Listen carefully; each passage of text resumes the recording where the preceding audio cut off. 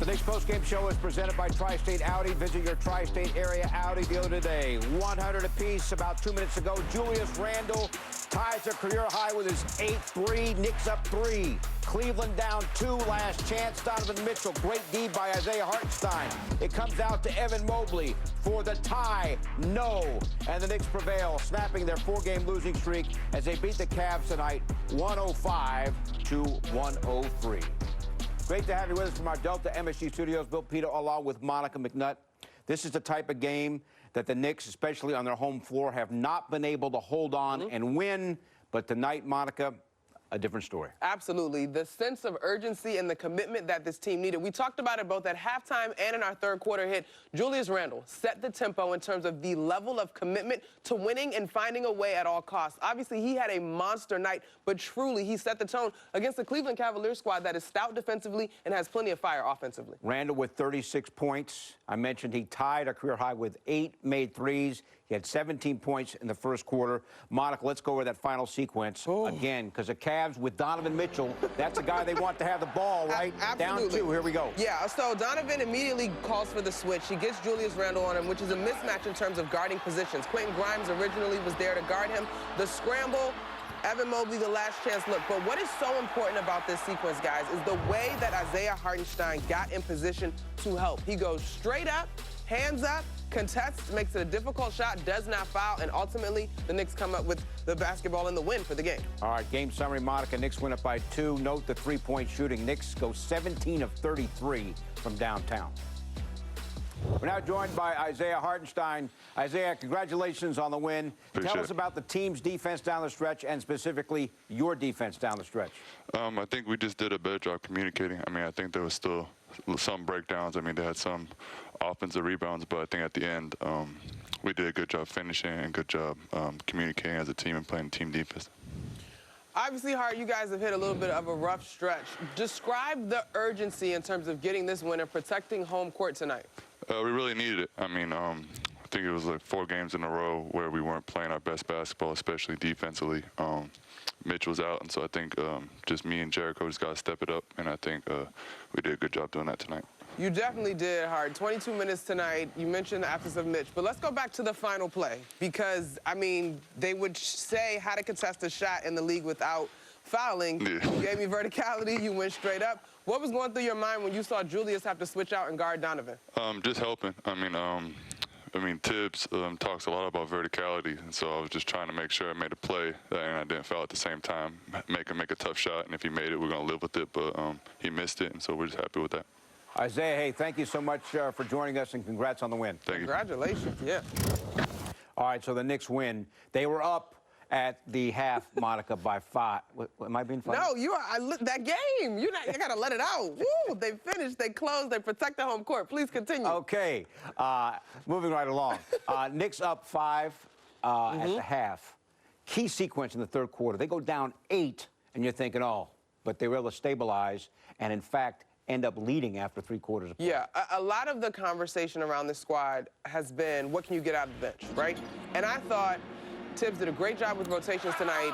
The third quarter run, Julius Randle obviously has his hands all over it, but you also got really valuable minutes from your bench guys throughout that. That time, Julius just showing how strong he was. Here's a Jalen, who we know is one of the most clutch guys in the league. Quentin Grimes always cutting to the right spots and making himself available. I loved that finish, going baseline to the right, finishing with the left. Quentin, I mean, talk about a young man stepping up and hitting big-time threes. I mean, he hit 2 huge ones today, and of course, there's the one of Julius's 8 threes tonight. I just thought overall, it was just such a strong performance. Key points at the end of that third quarter. Yes, Obi was a part of that run. You saw Deuce made the assist there. Quick heads-up play, finding Obi again in transition. Hart was on the floor. Hart had 4 assists. I think he got that backdoor cut, finding Deuce in that same third quarter stretch to stabilize this squad. I mean, tonight was a glimpse. And mind you, this is without Mitchell Robinson. Tonight was certainly a glimpse of what you can get from this team as a collective. I think some of the confidence that Obi had from his first half performance versus Toronto carried over into this one. I think Hart is beginning to understand how he best fits. Sometimes I think he has the right intentions, but he cuts to the wrong places. Today, I thought he did a really good job of being in position so that his teammates could find him. And obviously, defensively, we talk about the final sequence of the game. He had a big-time block on Donovan Mitchell with about 1:20 to go. He comes up with a big-time dunk, and when this team needs to create some space down the stretch. So tonight was a glimpse of what you can get out of your bench. All right, fourth quarter, Knicks up by 11, 8 minutes to go. We've seen that before. Yep. Knicks up 5 with 41 seconds to go. We've seen a lead like that slip away, but that did not happen tonight. I mean, you grow. And I don't want to be cliche about lessons and losses, but I think tonight was a big-time display of growth when you look at, as you mentioned, some of the leads that this team has allowed to get away from them. But today, they protect home court. And again, I can't say enough about Julius Randle tonight. Like, the toughness, the grit, going in amongst the trees that the Cavs have in their backcourt. I thought that was a terrible call, for the record, against RJ. But overall, I thought this team had the right kind of identity that is required to get a gritty win and protect home. All right, Mobley with a chance before it's overtime. Knicks hold on to win. A dramatic win for Tom Thibodeau's bunch, and look who it is.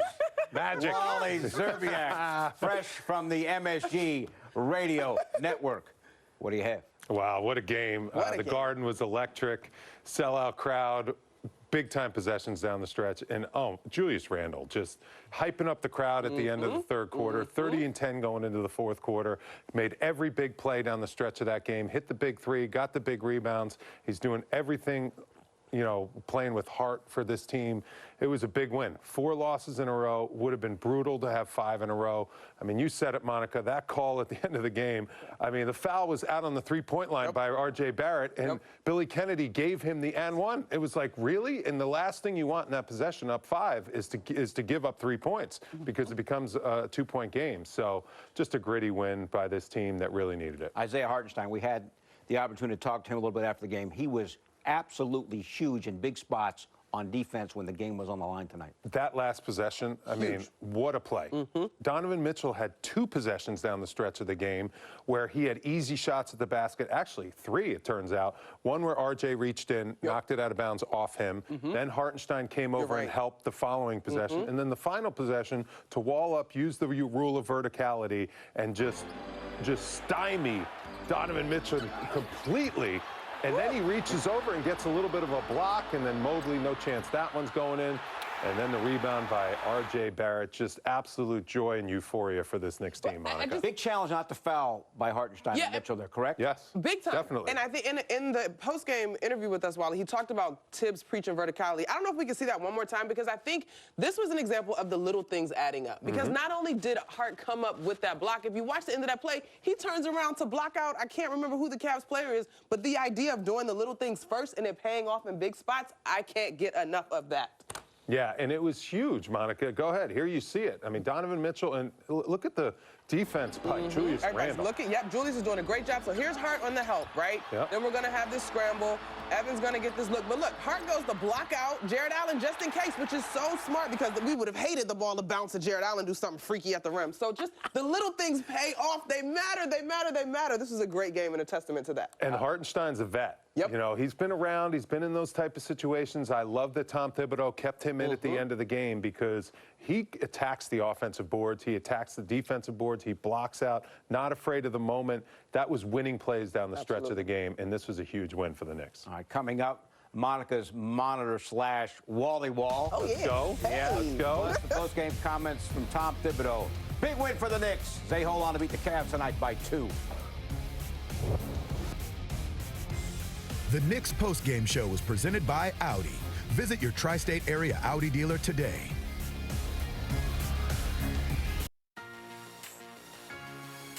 All right, so the next 3 Knicks games are on national TV. That means our next Knicks game here on MSG is on Thursday, next Thursday against the Heat. Pre-game at 7, game at 7:30. That's on February the 2nd. You can also stream our coverage on MSG Go. Dramatic 2-point win for the Knicks tonight. With more, here's Monica and Wally. Dramatic W, Pito. You can say that again. Okay, we got the Wally Wall / Monica's monitor. We got winning tellies, Wally. Oh, we have winning tellies. This. I love it. Telly on a winning game. That's what I'm talking about. All right, let's get to it. We got Jericho Sims in the starting lineup, obviously, for Mitch. What you got? Well, we're going to show some great bench play and just great movement off the ball, quite honestly. The bench has been an issue of late, but not tonight because of plays like this. Jalen Brunson drives, does a good job getting the ball to Quentin Grimes here outside. And the cut, now freeze it there. Keep an eye on Jericho Sims. He's constant movement. He's moving towards the basket to give Quentin Grimes the opening. See? Here's Quentin Grimes drawing those two big defenders on the Cleveland Cavaliers. Once they're here, Jericho Sims can jump with the best of them, and what a finish. This is just good basketball. It's great team basketball, too. And Quentin Grimes is really good at dropping those dimes. Let's go. Quentin Grimes with the dime. Yeah, there you go. Look at you, Grimes. Jericho, to me, though, Wally, is you can see him taking strides in that starting lineup. Totally. The more time that he's on the floor, both defensively and offensively. But a guy that had a huge game. And I know Knicks Twitter has been clamoring about using Hart, blah, blah, blah. Tonight, you got to see him as a passer. Yep, he played the whole fourth quarter. You saw his whole entire skill set. This was a phenomenal just diagram out of a timeout where Isaiah Hartenstein is high, and I wanted you to take a look. Freeze it here. Now, look, R.J. Barrett is moving up. Randall's got action over here with an opposite defender, and the paint is wide open. Go ahead, Monica. Look at what happens when that paint is wide open. A little It back is door. just back door, no defenders. You got all the bigs up top.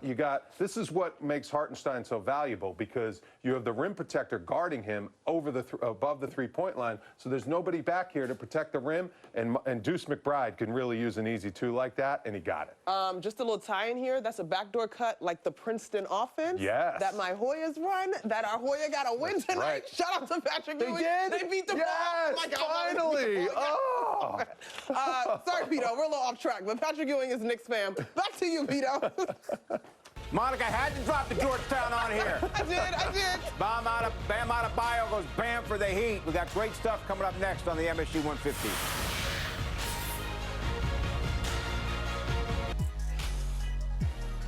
Next three Knicks games on national TV, so you can listen to them on the MSG Radio Network. At Boston, at the Nets, against the Lakers. We'll see you on February the 1st. Actually, February the 2nd, when the Knicks take on the Heat. Meantime, Knicks hold on tonight. Julius Randle, 8 of 12 in the game from downtown. In this first quarter, you hit 5 threes. When did you feel like you had it there? I don't know. It was just shots, and I took them, man. They went in. Is there anything to, like, I mean, I haven't gone through it double check, but it seems like your first shot, more often than not, your first shot of the game is a 3. Is there anything to that? Is there any reason behind that? Like, you love those threes from the wings to start games. Really? It's news to me. That's what I've observed. Yeah, fact check that. Let me see. Let me know. I will. Please. Yeah. I don't know, man. It's just a shot that's open, so it's the one I take. Tom was talking before the game about the intimidation that they have with the 2 7-footers inside, and you seem to take it real strong when you guys needed it into the paint and at the rim. Just, I mean, the challenge of going inside against those guys. Well, I just try to use my speed and my quickness, obviously, beat them to spots and get them off balance, and either make a play at the rim or the threes on the perimeter are wide open today as well. What you guys got from the bench tonight, particularly Hartenstein and quickly, how big was that? It was great. They were huge. Made plays constantly. Obviously, the play Isaiah made at the end of the game was big time. So they were huge, and we just got to keep being consistent with that for sure. Appropriate when talking about Randall that we are joining you from the corner 3. Absolutely. Presented by Michelob Ultra. A reminder to enjoy every bucket. All right, in the pregame, guys, we talked about the importance of the Knicks start. Randall was 17 points in the first quarter, 5 threes, and that was essential to how things played out tonight. Yeah, and that sets the tone that the other team is in for a long night, especially on the road. You have to defend your home court. You have to hit first and get off to a good start. 8 for 12 from the three-point line. Unreal. And talk about reading the scouting report. Those 2 big guys, Mobley and Jared Allen, wanted no part of chasing him around out at that three-point line, and he just continued to just knock him down, Monica. He was just so poised. I think that is what I appreciated most about today's performance, right? There are occasions where it does feel like Drew is pressing a little bit because he takes that leadership role seriously because he knows he has to score for this team to be successful. But tonight, everything was just in the flow of the game, and he was right place, right time. I love your point about him understanding that as a collective, this team has to make up for the absence of what's not Donovan Mitchell, Mitchell Robinson on the glass. And so I just love tonight's performance. Yeah, he has to up his game on the glass. The effort has been there. I mean, that three was just awesome. Killer. Tied up at 100, and he takes that with 2 minutes to go. The problems that he causes other coaches. Yeah. Like, they're like, how are we going to guard this guy? Who are we going to guard him with? Because if you guard him with a big man, he's going to knock down the three. If you put a smaller defender on him, he's going to go around him and overpower him with that little mid-range jumper or get to the basket. I mean, he is playing, if he's not an all-star, I don't know what an all-star is. I mean, these numbers are ridiculous. He's carrying the team every single night. Even in losses, he's putting up just monster numbers. For sure. And I think tonight is special because the Cavs are no joke defensively, y'all. Like, this is the team that holds the opponents to the lowest scoring. They're number one in terms of scoring. I believe they might be 2 in defensive rating, if not 1, although the Knicks are right behind them in overall defensive rating. So this is a performance that was masterful from an IQ standpoint and a preparation standpoint. You got to give Tibbs his credit. No question. What's also interesting is that the Knicks won, even though Jalen Brunson, a bit of an off game, scored only 14 points. Here he is after the game now with take 3, Rebecca Harlow. Rapido. Jalen, Donovan Mitchell, 9 points in that fourth quarter, but when you guys had to get stops and shut him down late in this one, especially that last possession, you got it done. Walk me through what you guys were looking to do on that last possession. We just knew that we couldn't, we were up 2 at the time. Yeah, we couldn't give up a 3, so kind of just trying to stay home. If they make it 2, all right, then we go into overtime. But I'd say they did a great job of just keep his hands straight up and just playing big at the rim and got the win that way. You've had games like this where you haven't been able to close it out. Tonight you do. You tell me all the time that it's about getting 1% to 2% better every single day. Was this a growth game? Definitely. If you put a tally in the win column, you're always thinking you're improving. So I think the best part about this game, it wasn't like the cleanest, it wasn't like the smoothest, but we found a way to grind it out and get a win. And it's easy to win games when everyone's clicking, the ball's going in the hoop, but can we win games when things aren't going our way? And this is like a good stepping stone for us. When you go up against a Cleveland team that has 2 7-footers inside, the way that Julius was still able to get what he wants, plus he hits 8 threes, when he can impact the game like that, you know, what is it that he does for this team? He does a lot. He's been playing that way all year, and he's been playing at a high level. So he's able to score close to the rim. He's able to play in the mid-range, and when he's hitting his 3, it's kind of hard to guard him. So it's really cool to see. That's your point always about Randall. When he's hitting that 3, forget it. Impossible. Monica and I talked before you came on about the fact that the Knicks' early fourth quarter was key tonight. It really hurt them in the last couple of games, but tonight they were much better, and it really helped them when it mattered most. Yeah, RJ took ownership of that lineup. He made some big plays to start the fourth quarter. Obi had 5 quick points. That was huge. He came out, knocked down a 3, got a fast break layup in transition. Boom, you extend that lead from 5 to start the fourth quarter to 10. Immediately, you know, the Cavaliers start pressing. You have to play pretty perfect basketball to make up a 10-point lead, you know, in the fourth quarter with about 8-9 minutes to go. That's where it was. Obviously, Cleveland did a good job to get it back close, but the Knicks held on. It's so important, though, to point out over that run, they got easy baskets, right? Like, in Toronto, everything was so difficult. Like, and granted, Julius played out of his mind then, too, but everything was so difficult. So to get a leak out for Obi or Deuce or a back cut for Deuce like we broke down, like, easy baskets matter. That gives you momentum. You add to the score without a bunch of taxing on your body. All right, now, one of the storylines, of course, Donovan Mitchell, healthy, missed the last 3 games with a bad groin, only shoots 9 of 24.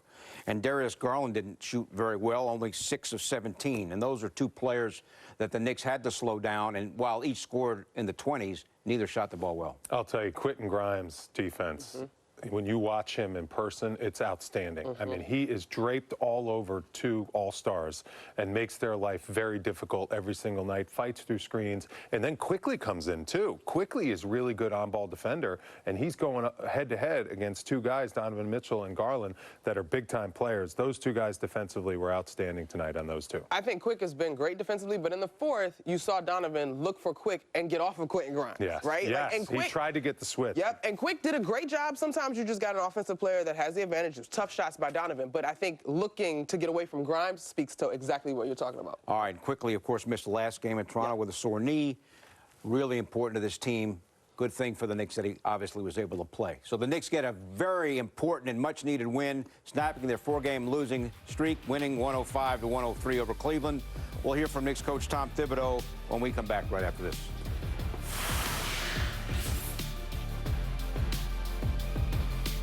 All right, next 3 games for the Knicks on national TV. So we have coverage for you on the MSG Radio Network. Monica will be on the Celtics broadcast and the Lakers broadcast. Indeed, and Hans got the Nets in the That's middle. awesome. All right, so that's the scenario coming up. Knicks beat the Cavs. Tom Thibodeau's post-game comments presented by Chase.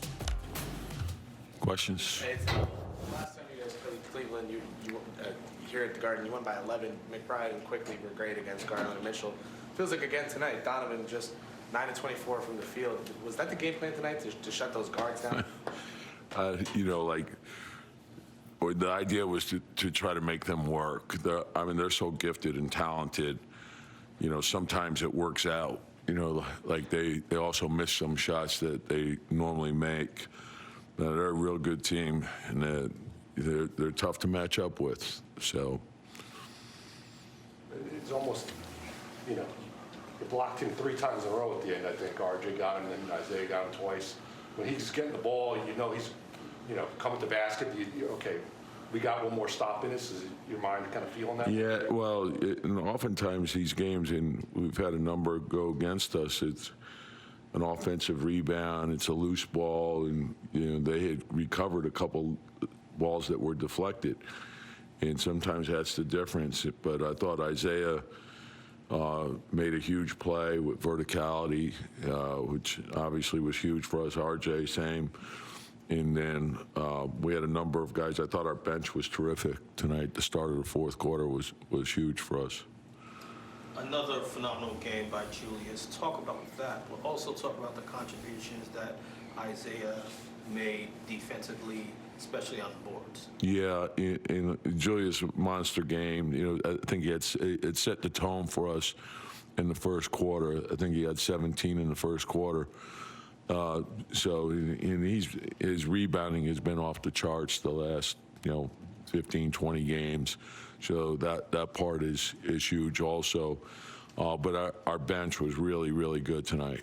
And the start of the 4th quarter, I think we had Deuce was in there, Quick, Isaiah, Obi, and RJ and Quentin were rotating in depending on who they had in. But they gave us a real big lift there. Hey, Tom, so that's what I was going to ask with RJ in that 4th quarter. Obviously, Quickly was in. You guys played great.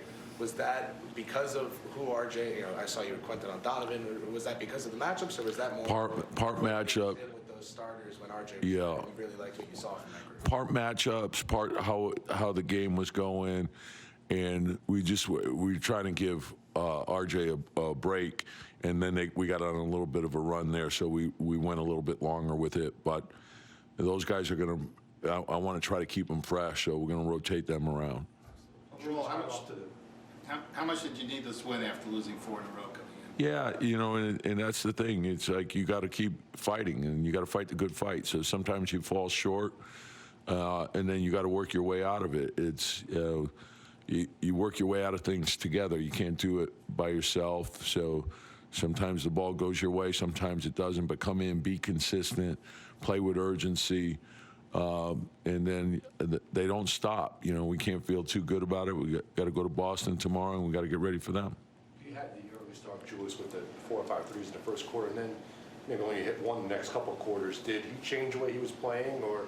No, I don't think he did. I think sometimes, like when you make that many, there's going to be a heightened awareness to him. So if that's the shot that's there, take it. If not, drive it, make a play, read the game. And, that's what we wanted him to do. But I think when he gets hot like that, that he's getting a lot of attention, and sometimes we can just play off of that. And so, got into double figures, back-to-back games for the first time since the beginning of November.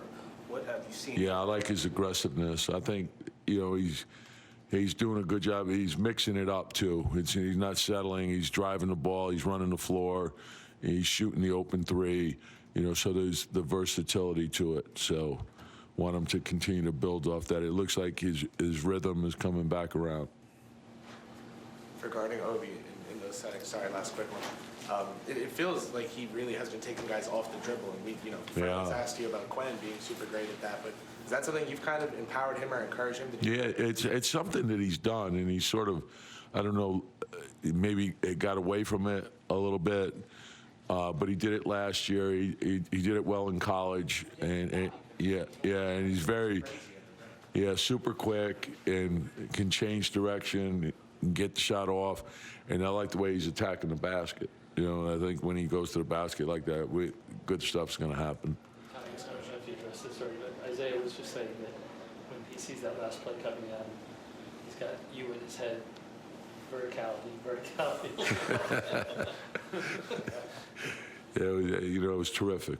Just, a monster play by him, and he played a super game all around. So that was huge, and I thought our bench was terrific. The start of the fourth quarter, it gave us a big lift, and we needed it.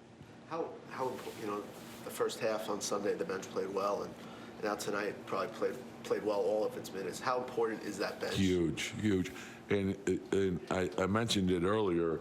The bench was playing really well prior to, RJ got hurt, then Obi got hurt, and then we haven't found our rhythm. And now I think we're starting to find that rhythm again with them.